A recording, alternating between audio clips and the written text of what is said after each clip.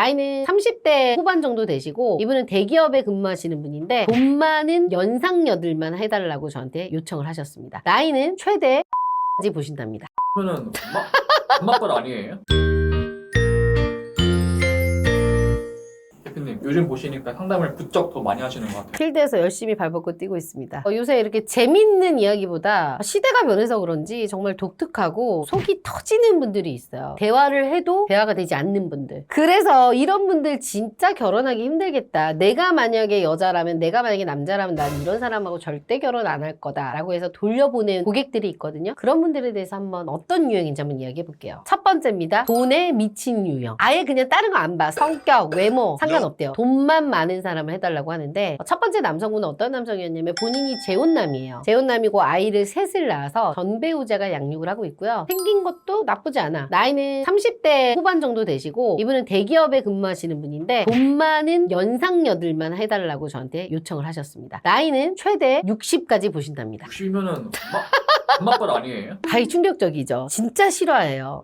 연하는 싫대. 돈 많은 누나. 자기를 케어해 줄 수 있는. 근데 충격인 거는 이분도 연봉이 꽤 높아요. 8천, 9천 이상 되거든요. 근데 왜 돈을 따지시는 거예요? 아이 셋을 양육하다 보니 돈 때문에 와이프하고 엄청나게 싸웠던 거야. 외벌이다 보니까 와이프가 돈을 안 벌고 있잖아요. 그러니까 8천 넘는다고 해도 실수령으로 하면 많기는 하지만 아이 셋을 케어하기엔 좀 힘들었나 봐. 그래서 돈을 이거밖에 못 벌어오냐 남편한테 막 좀 타박을 했나 보죠, 여자분이. 거기서 이제 좀 자존감이 무너지면서 이혼을 하셨는데 진짜 이제는 돈 있는 여자를 만나고 싶다. 그리고 지금 양육비도 아이들한테 주고 있거든. 돈에 지금 어떻게 보면은 굶주려 있는 분이죠. 자기 객관화 잘 된 거 아니에요? 객관화가 잘 된 것보다는 그분의 외모가 60대 여성분이 이분을 보고 그만큼의 돈을 줄 만큼의 외모는 아니셨어요. 봤을 때 훤칠하고 해야 되는데 그 정도 외모는 아니셨단 말이죠. 그리고 착각하시는 것 중에 하나가 50대, 60대 여성분들도요. 경제력 없는 남자들 안 좋아해요. 잘생겼다고 안 봐. 그런 분들은 밖에서 어떻게 오다 가다 만날 수 있지만 결혼 시장에 오시는 50대, 60대들은 돈이 어느 정도 있어서 오시는 여성분들이기 때문에 비슷한 수준을 보죠. 안 봐요, 어리다고. 전 배우자한테 이분은 양육비를 아이가 셋이잖아. 월 한 200 이상씩 나가고 그리고 집도 다 줬어요. 다 준 거야 그냥. 그러니까 없어 돈이. 아예. 이분이 바람펴서 헤어진 거예요. 그건 아닌데 너무 살기 힘드니까 이분이 그냥 내가 그냥 줄게. 우리 헤어져. 너무 못 살겠으니까 남자가 오히려 돈을 주고 헤어진 케이스예요. 그래서 이혼한 이유가 바로 돈 때문이기 때문에 돈에 대한 갈증이 너무 심한 분이었어요. 이분도 참 대단한 게 남자는 여자의 나이 외모를 많이 보잖아요. 네. 1순위잖아요. 본능을 거스른 거잖아요. 본능을 거스릴 수 있대 자기는 돈이면. 돈에 미친 거죠.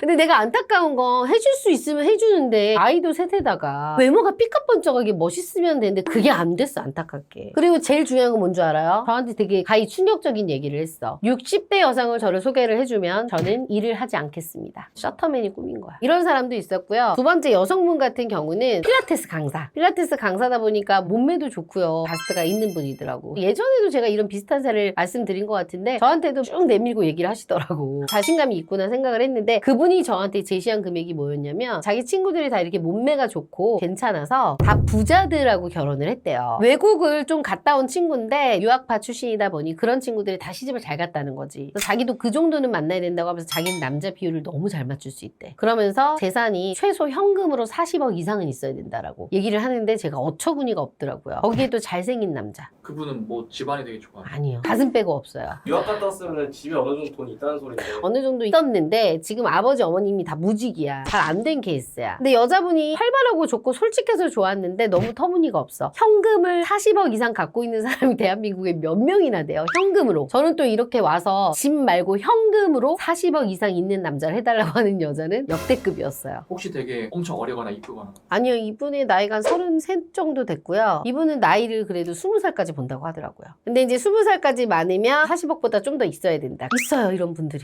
아주 간혹. 두 번째는 나이값을 못하는 유형의 고객님들이 계십니다. 이분은 아버님이 70대 후반 되시는 분인데 따님이 40대 끝 무렵인 분하고 같이 왔어요. 파파걸이신데 여자분이 배운 것도 많이 있고 스펙도 좋아요. 근데 이제 나이만큼 보이셔. 그래서 저희가 이제 재혼도 수용해야 된다 얘기를 드렸더니 뭔 소리냐 아버님 말은 우리 딸이 어디 나가면 30대로 본다. 근데 이제 저희가 봤을 때는 아버님한테 저희가 솔직하게 얘기하면 상처받으시니까 그렇다 하지만 그렇게 보이진 않았어요. 정말 충격적이었던 건 저희가 아무래도 아버님을 설득하기 위해서는 아버님이 초혼만 해달라고 하시니까 초혼에 그런 50대 남성들이 몇 명이나 되겠어요. 다 재혼이지. 그래서 저희가 아버님한테 아버님 그래도 따님이 아이를 낳을 수 있는 시기를 지났다라고 여성들은 생각한다 그랬더니 이 아버님이 저희한테 아니 무슨 소리냐. 우리 딸이 지금도 얼마나 왕성한 줄 아냐. 우리 마누라가 아직도 우리 딸에 생리대를 사다 준다. 가임기를 엄청나게 어필하시더라고요. 저희는 도저히 할 수가 없죠. 자, 내가 지금 54야. 내가 돈이 좀 있어. 40대 초반을 만나고 싶어요. 40대 후반을 만나고 싶어요. 만나도 출산은 안 될 것 같아. 그거를 아버님이니까 리얼하게 말씀을 드려도 아버님이 인정하기 싫은 거지. 근데 이제 저희가 이제 뭐라고 얘기했냐면 아니 나이가 50이 다 됐는데 80 다 되신 노부를 모시고 오기가 참 힘들잖아 여기는. 저도 이 일을 진짜 오래 했지만 그렇게 노부를 데리고 오는 저도 처음이었어요. 아이 좀 충격적이었어. 오시는 거는 뭐 오실 수 있지만 아버지의 의견에 너무 휘둘리시더라고. 그 나이 돼도. 그래서 과감하게 그냥 집으로 보내드렸습니다. 근데 이 경우와 반대로 마마보이도 있어요. 이 마마보이 같은 경우는 남자분이 한 46, 7 정도 되시는 대기업에 재직하시고 정말 훈남이야. 나쁘지 않은 분인데 본인의 월급, 재정 이런 걸 엄마가 다 관리를 해주는 거야. 얼굴만 봤을 때는 참 멀쩡한데 속으로 들어가 보면 엄마가 다 모든 걸 뭐 엄마 계산을 잘 하시니까 그럴 수는 있는데 이제 이분이 오셔서 하는 말이 엄마가 의사 며느리만 원한다. 그렇게 해서 이제 의사만 찾으시는 분이죠. 근데 의사를 소개해드릴 수 있는 프로필 정도까지는 안 돼요. 집안이 되게 좋았나요? 나쁘지는 않아요. 강남권에 사시고 어머님도 노후는 되어 있으신 정도고 아파트 하나 정도 있으신 정도인데 의사분들이 보기에는 사실 선호도가 높은 분은 아니에요. 여자 의사들이 뭐가 아쉽다고 40대 후반에 남자를 보려고 하겠어요. 근데 제가 말씀을 드려도 결혼정보회사를 거의 이런 식으로 한 12년 이상을 의사만 찾아서 다니시는 남성분인데 못하시더라고 아직도. 그러니까 이게 생긴 거는 너무 멀쩡하고 괜찮아. 누가 봐도 말 안 하면 모르는데 이제 이 속내가 엄마의 이 치맛바람이 들어오는 여자들 다 쳤대요. 자기 말로도 그래. 근데 엄마를 못 벗어나. 왜냐면 엄마가 돈 관리를 어릴 때부터 해줬기 때문에 엄마가 아니면 안 돼, 이 남자는. 결제도 엄마한테 허락받고 한다고 해서 안녕히 가세요 라고 했어요. 46세 이건 아니지 않아요? 심각하죠. 경제적으로 정신적으로 도저히 독립이 되어 있는 남자라고 보기 어렵죠. 내가 봤을 때 진짜 이 남자를 못 만나겠다는 회원분들은 안 받는 게 나아요 오히려. 세 번째입니다. 이거는 좀 마음이 아픈 경우인데 마음이 다친 분들의 경우입니다. 정확히 어떤 의미예요? 마음이 아픈 사람들. 예를 들면 상담을 하는데 최근에 이런 분들이 부쩍 많이 왔어요. 가정폭력, 학교 내 폭력 이런 부분들 때문에 이제 고민하시는 분들도 있고 그런 것 때문에 트라우마가 있어서 사람을 못 만나다가 이제 저희 쪽에 오셨어요. 그러니까 저한테 오시는 이유는 저한테 뭔가 마음을 어루만져 달라고 해서 오신 것 같은데 근데 이분들도 어루만질 수 있는 선에서까지 해야 되는데 무슨 얘기만 하면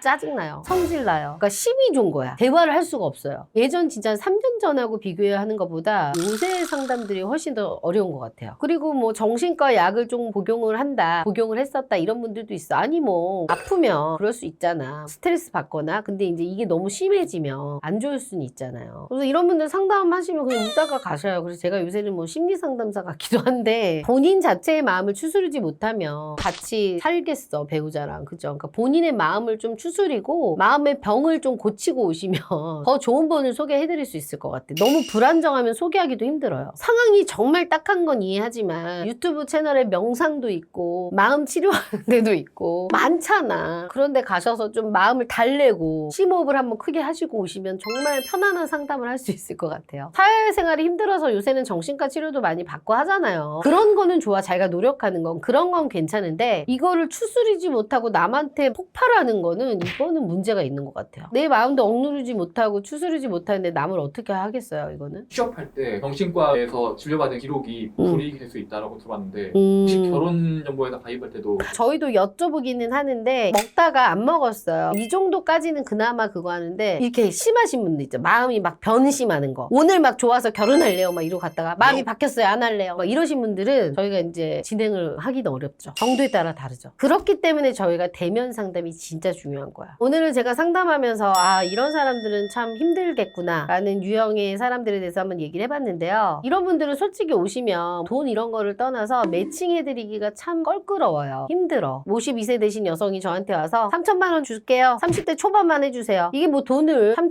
5천 준다고 될 일이 아니잖아. 사람 마음을 함부로 할 수 있는 게 없거든요. 지인으로부터 소개를 받지 못했거나 결정사 가입이 안 된 경험들이 있다고 하면 오늘 이 영상을 꼭 참고하셔서 제가 지금 말씀드린 이 상황에 해당된다고 하면 이 부분을 반드시 고치셔야만 저희 쪽 같은 회사들을 이용하실 수 있어요.